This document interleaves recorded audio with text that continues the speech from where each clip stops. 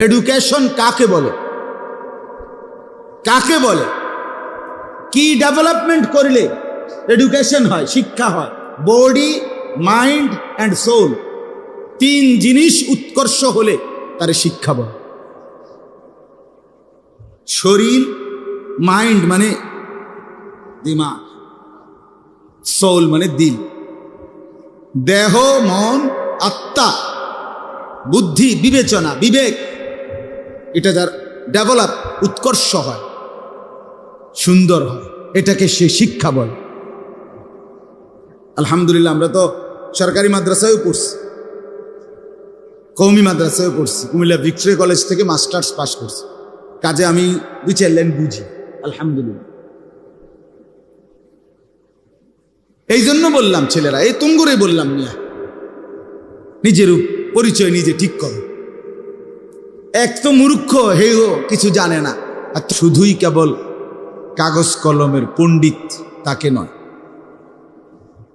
কারণ কাগজ কলমে অনেক কিছুই পণ্ডিতি কথা লেখা আছে, মাঠে যে কাজ করে সে বোঝে বিষয়টা বাস্তবায়ন করা কত কঠিন। আপনি বললেন, আমি অনেক সময় মাহফিলে গেলে অনেক সময় অনেকে বলে, হুজুর এই বিষয় একটু বলে দিয়েন, আমরা এলাকায় এটা বেশি। কারণ প্রশ্ন হলো, গুনাহ নাফরমানি চলতেছে 20 বছর ধরে এক মানুষের জীবনে, আমি একবার বলেই এই 20 বছরের জমানো গুনাহ এটা পাল্টায় দেওয়া এত সহজ? এটার জন্য কি পরিমাণ লাগাতার মেহনত দরকার। আল্লাহ তাআলা নবী সাল্লাল্লাহু আলাইহি ওয়াসাল্লামকে 23 বছর দিবানিশি মেহনত করিয়ে এটা আমাদের সামনে দেখাইছে যে আমার বন্ধুর জন্য আমি কি পরিমাণ কষ্ট, মেহনত, মুজাহাদা দ্বীনের জন্য করাইছি। কি তোমরা কি তায়েফের ময়দানে যখন রক্ত ঝরে পাথরের আঘাতে রাসূলুল্লাহ সাল্লাল্লাহু আলাইহি ওয়াসাল্লামের, তো তখন কি আল্লাহ ছিলেন না? তো কি পরিমাণ আল্লাহ তাআলা বন্ধুকে রক্ত ঝরিয়েছে দ্বীনের জন্য, মানুষকে আল্লাহর পথে ফেরাবার জন্য। আমরা কিতাবে পড়ছি, তারিখের কিতাবে আছে, যেদিন আল্লাহ নবী সাল্লাল্লাহু আলাইহি সাল্লাম রক্তাক্ত হয়ে পাথরের আঘাত জর্জরিত হয়ে তায়েফ থেকে ফিরে আসতেছিল, তো পথিমধ্যে নাখলা নামক একটা জায়গায়, একটা খেজুর আঙ্গুরের বাগানে আল্লাহ নবী সাল্লাল্লাহু আলাইহি সাল্লাম রাত্রিতে অবস্থান করছিলেন। ওই সময় রাত গভীরে নবী সাল্লাল্লাহু আলাইহি সাল্লাম চোখের পানি ফেলে আল্লাহ তাআলার কাছে দোয়া করছিলেন। ওই দোয়ার মধ্যে একটা কথা নবীজি সাল্লাল্লাহু আলাইহি সাল্লাম বলছেন, মাওলা আপনি আমারে কার কাছে পাঠান? যারা তাদের নবীকে এভাবে পাথর মারে, এটা কেমনে সম্ভব?